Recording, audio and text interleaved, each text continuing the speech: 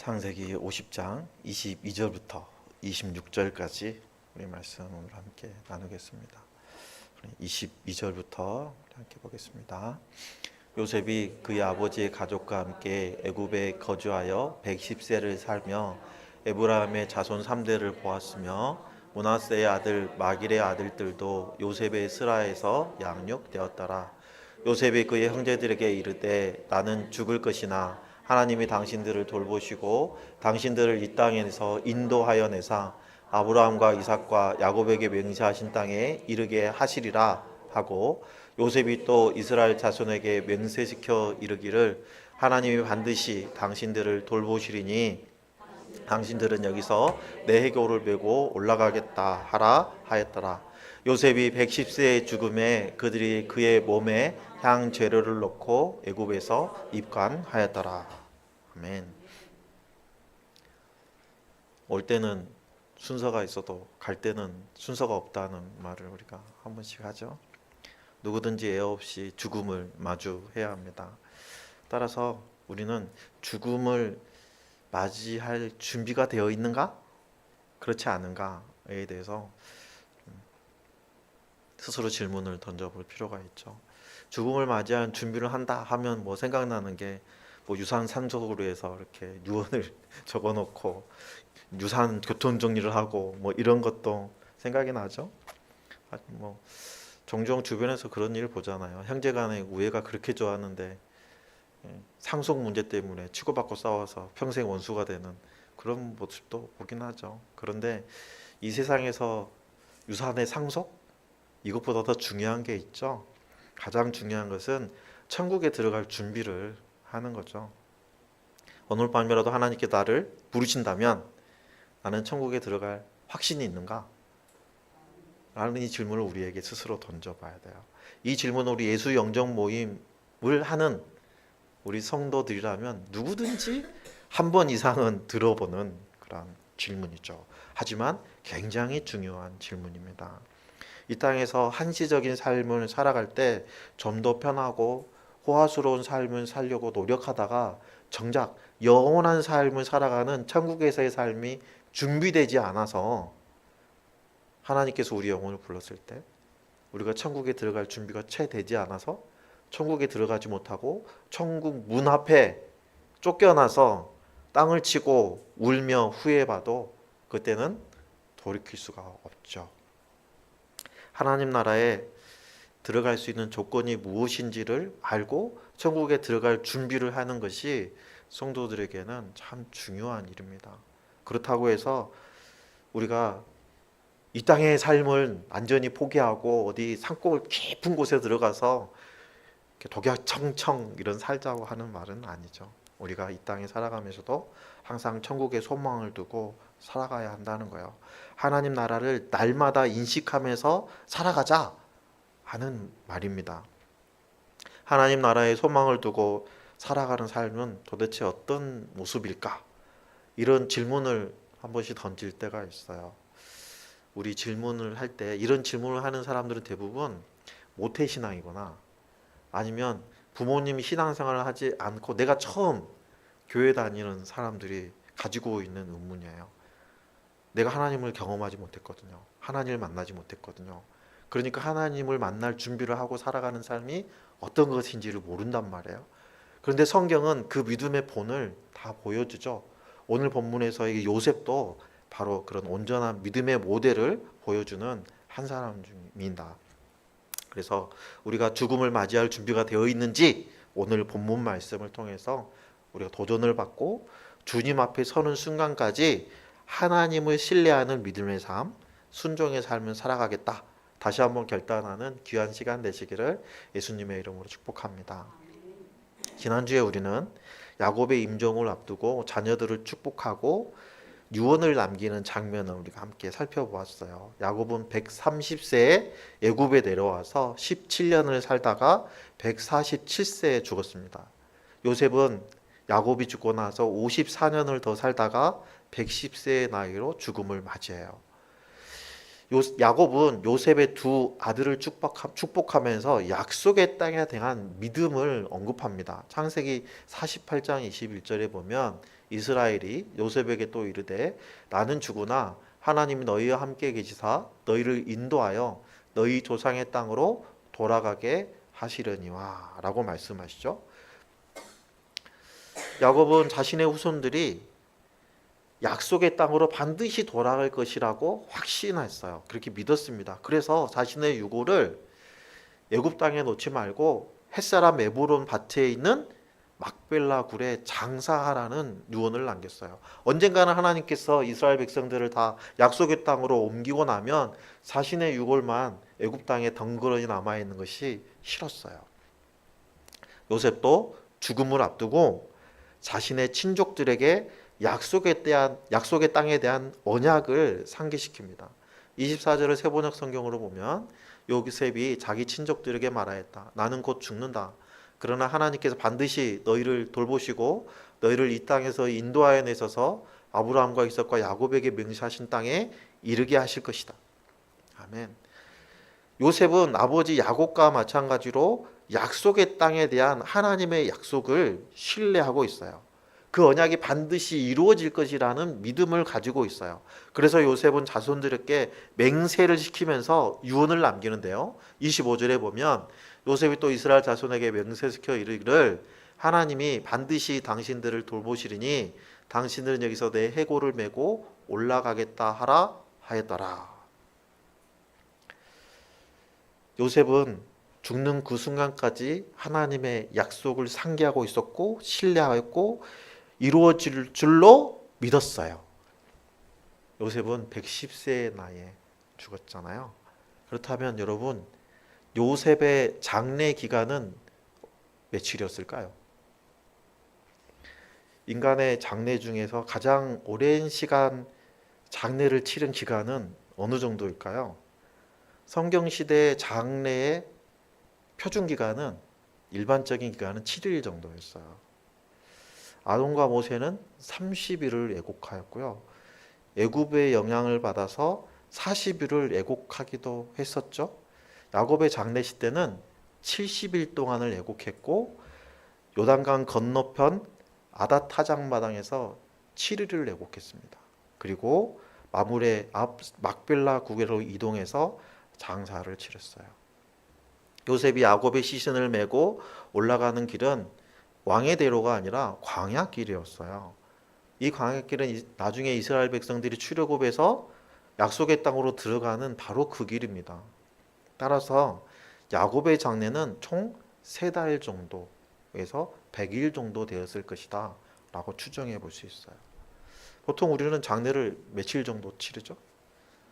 3일, 그렇죠. 3일장을 치릅니다. 코로나 이후에는 화장장 일정에 맞추다 보니까 하루장도 있고 이틀장도 있고 5일장도 있었죠. 오늘 본문의 특이점은 다른 족장들의 죽음의 뒤에는 장사하였더라 라는 말이 있어요. 그런데 요셉의 죽음 뒤에는 장사하였더라 하는 말이 없습니다. 오늘 본문 26절에 보면 요셉이 110세의 죽음에 그들이 그의 몸에 향재료를 넣고 애굽에서 입관하였더라. 이스라엘 족장 중에 유일하게 죽음 이후에 입관하였다라는 표현이 나옵니다. 이때 입관한 요셉은 야곱이 하몰 자손에게 산 세겜 땅에 장사되기까지 시신의 모습으로 있죠.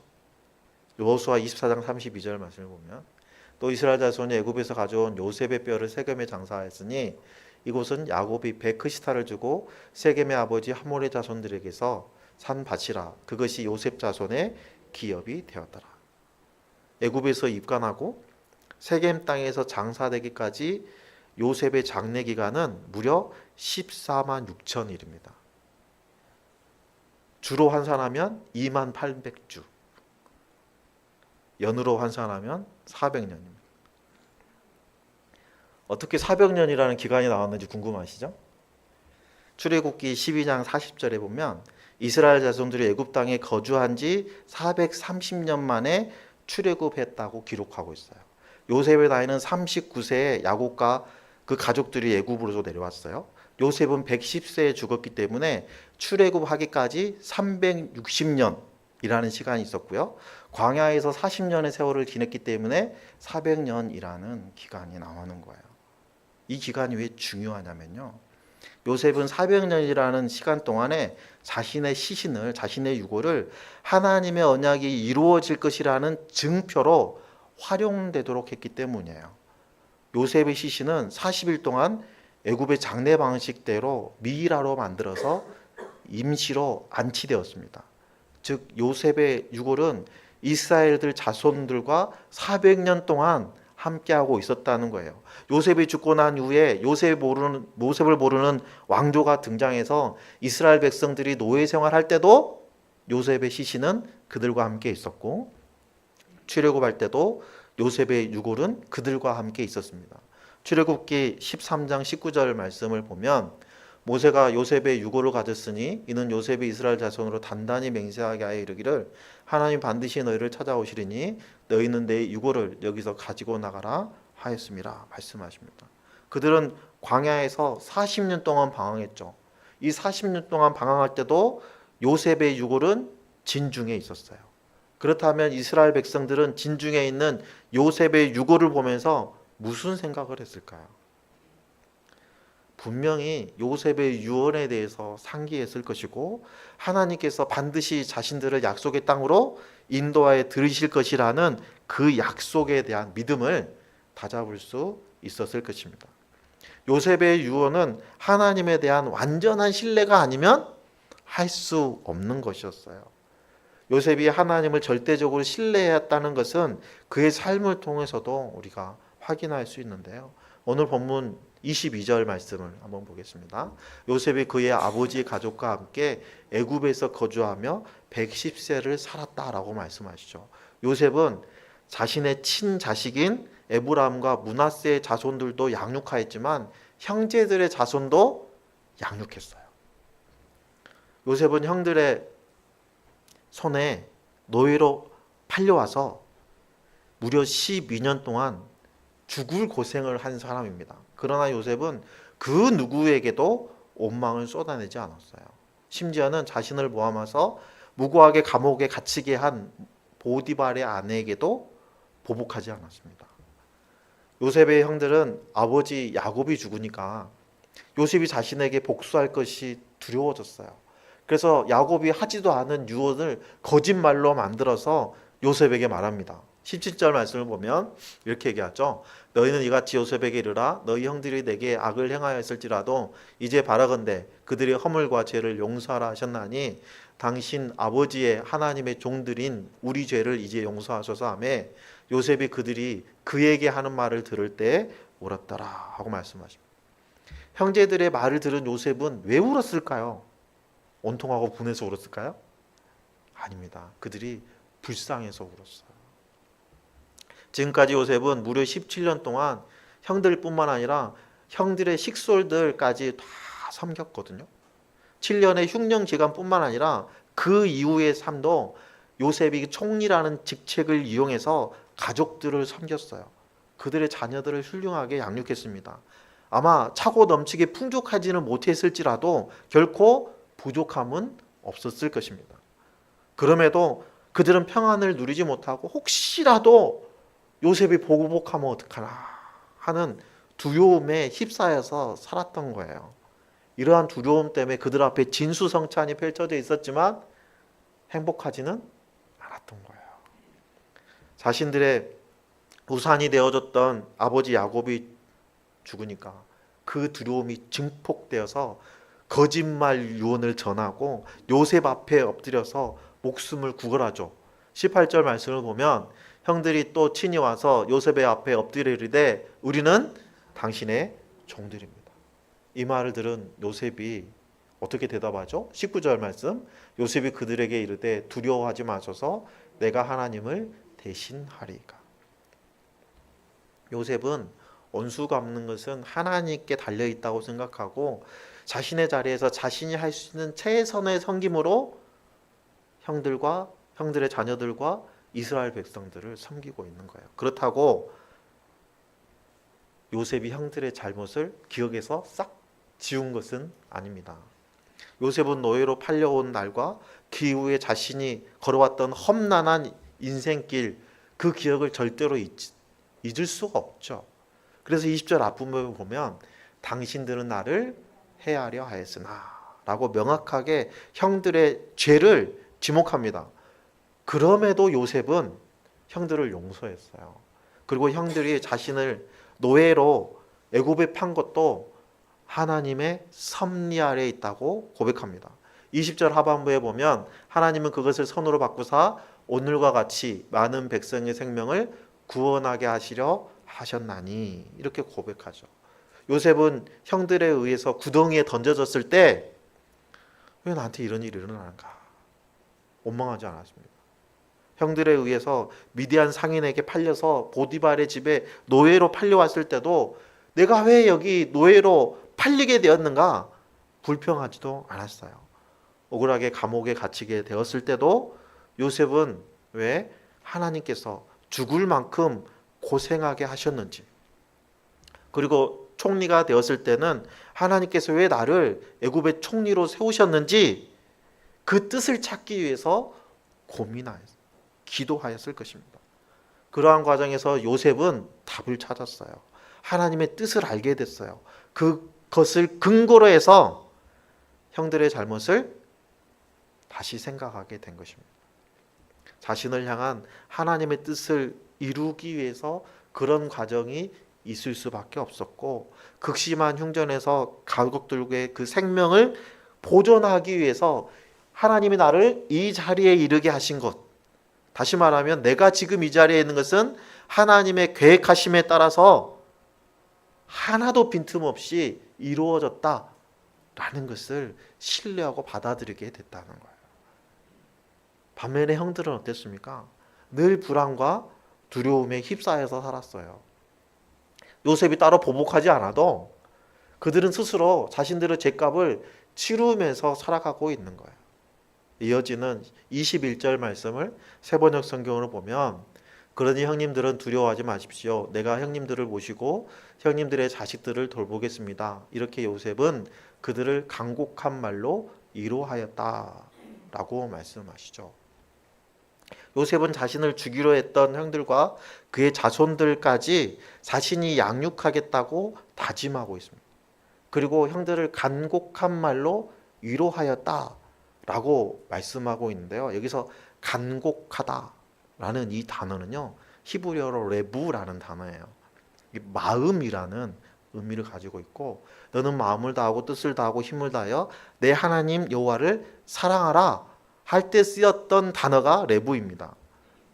또한 위로하다, 나함에 쓰인 단어는 포로 귀한 공동체를 향해서 너희 하나님의 이르시되 너희는 위로하라, 내 백성을 위로하라 했을 때 사용되었던 단어예요. 이 나함이라는 단어는 대부분 성경에서 하나님과 연관된 행동을 묘사할 때 쓰인 단어입니다. 따라서 간곡한 말로 위로하였다는 것은 요셉이 하나님께 하듯이 또는 하나님의 마음으로 형들의 마음을 위로하여서 그들이 평안한 마음을 가질 수 있게 하였다라고 이해할 수 있는 거예요. 괜한 말 하지 않은 거예요. 입에 발린 말 하진 않는 거예요.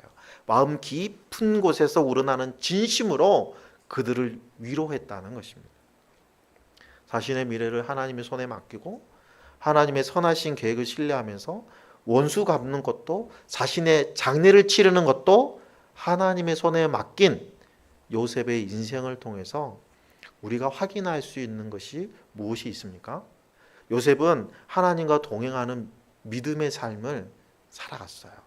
형들에 의해서 구덩이에 던져졌을 때 요셉의 옛사람은 이미 죽었어요.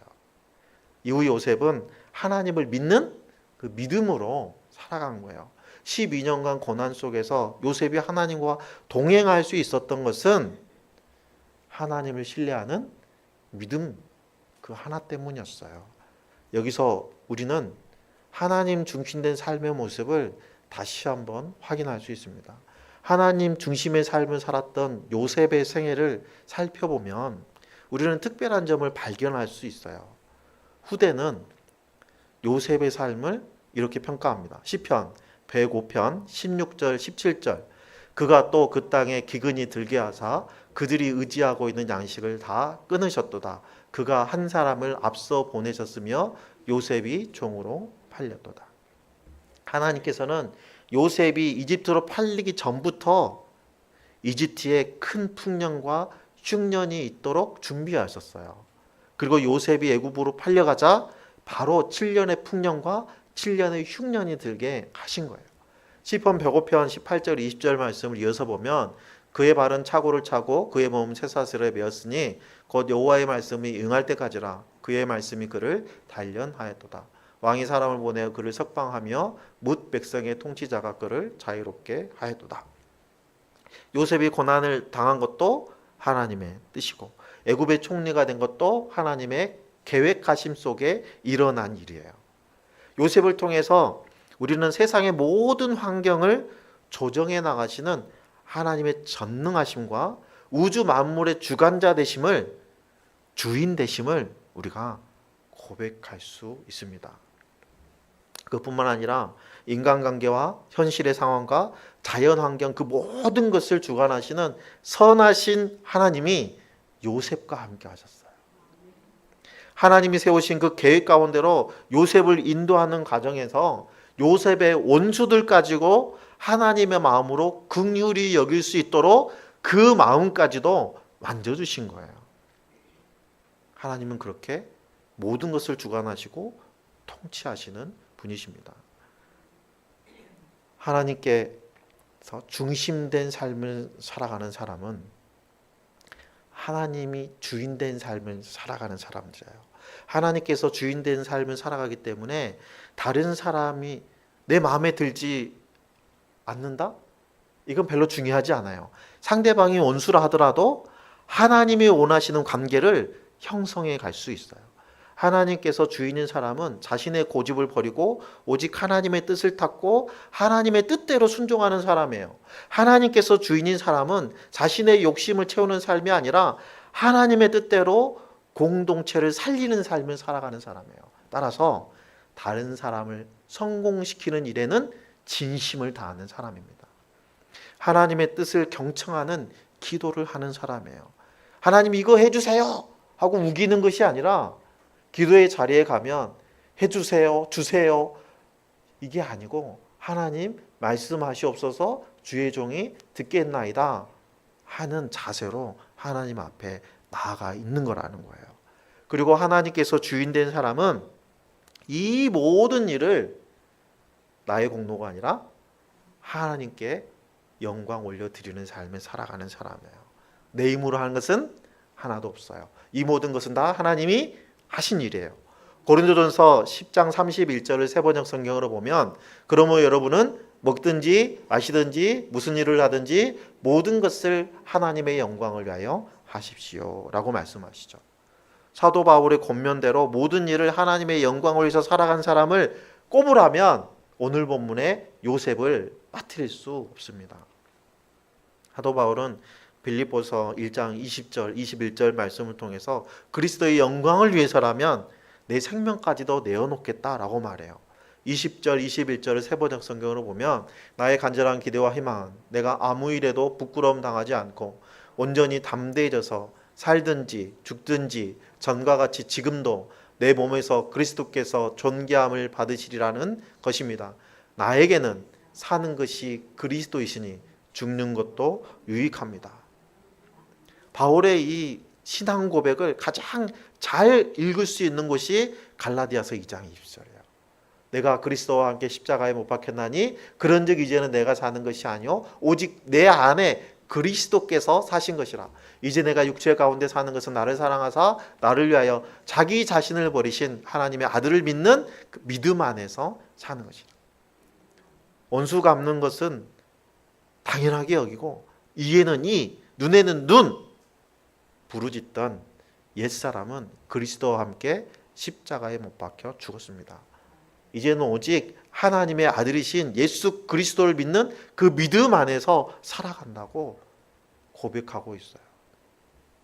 요셉이 형들에게 두려워하지 마소서 내가 하나님을 대신하리까 라고 말한 것에는 이러한 바울의 신앙 고백이 포함되어 있는 거예요. 하나님을 대신할 수 있는 것은 아무것도 없습니다. 요셉은 어떻게 하면 후손들이 하나님의 언약을 잊지 않고 기억하게 할 수 있을 것인가 고민하였고, 그 방법으로 자신의 유고를 세겜 땅에 묻으라고 유언을 남겼어요. 후손들이 자신의 시신을 볼 때마다 하나님의 말씀을 기억할 수 있도록 자신의 장례조차도 하나님의 영광을 위해 쓰임 받도록 내어놓았어요. 또한 신앙의 유언을 시각적인 유물로 형상화해서 후손들이 처한 상황 속에서 신앙적인 소명을 불러일으킬 수 있도록 자신의 육체, 자신의 시신까지도 도구로 쓰임받도록 내어놓았어요.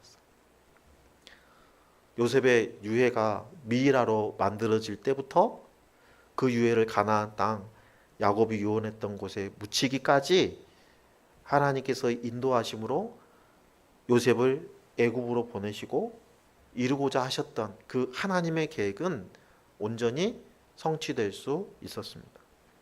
요셉은 자신의 육신을 미래 세대를 위한 신앙의 교훈과 야곱의 자손들이 가나안 땅으로 들어가는 그 하나님의 약속의 표징이 될 수 있도록 하였어요. 우리도 후대에게, 그리고 우리가 함께 살아가는 사람들에게 하나님의 메시지가 되는 삶을 살아간다면 이 얼마나 가치 있는 삶이 되겠습니까? 이 얼마나 아름다운 삶이 되겠습니까? 특히 가정 내에서 부모의 삶이 하나님의 약속을 증거하는 약속의 증표가 된다면, 그로 인해서 믿음의 유산이 이어져 간다면 이보다 더 좋은 일이 어디에 있겠습니까? 가정교회를 하는 교회에는 3대가 걸쳐서 목자를 하는 사례를 종종 만나볼 수 있어요. 할아버지가, 또 아버지가, 또 아들의 가정이 모두가 목자로 섬기다 보니까, 아들, 딸 가정이 목자로 섬기다 보니까 가족 구성원들의 공감대가 세상의 차원을 넘는 이야기들이 나와요. 명절에 모이면 이 사람들은 나눔을, 목장을 어떻게 섬겼고, 목장에서 기도했던 그 VIP가 어떻게 목장 안으로 유입되었고, 영혼 구원하는 과정에서 어떤 기쁨을 느꼈고, 또 목자로서 목녀로서 내가 섬길 때 어떤 아픔이 있었는지를 나눌 수 있는 차원 다른 명절을 보내는 거예요. 이게 진정한 초원 모임이 아니고 무엇이겠습니까? 여러분, 목장을 섬기는 할머니와 할아버지, 아버지와 어머니, 그리고 자녀들, 그 목장을 섬기는 삶을 살아가는 모습에서 우리는 믿음의 유산이, 신앙의 유산이 가장 확실하게 이어져 가는 모습을 확인할 수 있는 거예요. 여러분의 자녀들이 목자가 되기를, 목녀가 되기를 기도하시기 바랍니다. 여러분에 대해서 그치지 않도록, 만약에 여러분이 아직 목자, 목녀를 아직 못하셨다면 여러분부터 목자, 목녀가 되는 소망을 가지고 살아가시기 바랍니다. 혹시 그런 마음이 들 수 있을까요? 아이고, 목사님, 제 나이가 80이 넘었어요. 여러분, 목자 컨퍼런스에 가면 90이 되셨는데도 목자 하시고 계시는 분이 있어요. 늦지 않았습니다. 여러분이 그 소망을 가지고 그 목자의 삶이 여러분의 후대까지, 여러분의 자손들까지 이어갈 수 있도록 기도하시기 바랍니다. 저와 여러분 또한 요셉과 같은 마음으로 하나님의 말씀만을 신뢰하고 의지해서 모든 일을 주님의 영광을 위해서 행하는 성도들이 되시기를 소망합니다. 요셉이 높은 자리에서 가족들을 도와주고 세워주는 권력자의 모습으로서 그치지 않고 영적 리더의 모습으로 그 빛을 발하였던 것처럼, 그 가족만 섬기는 것이 아니라 그 백성들, 이스라엘 백성들 모두에게 영적인 빛을 전달하는 역할을 하였던 것처럼 우리도 각자의 위치에서 영적인 리더로서의 사명을 감당하면서 우리의 삶이 하나님의 약속을 드러내는 표징이 되는 귀한 복을 누리는 저와 여러분의 온전한 삶이 되시기를 예수님의 이름으로 축원합니다.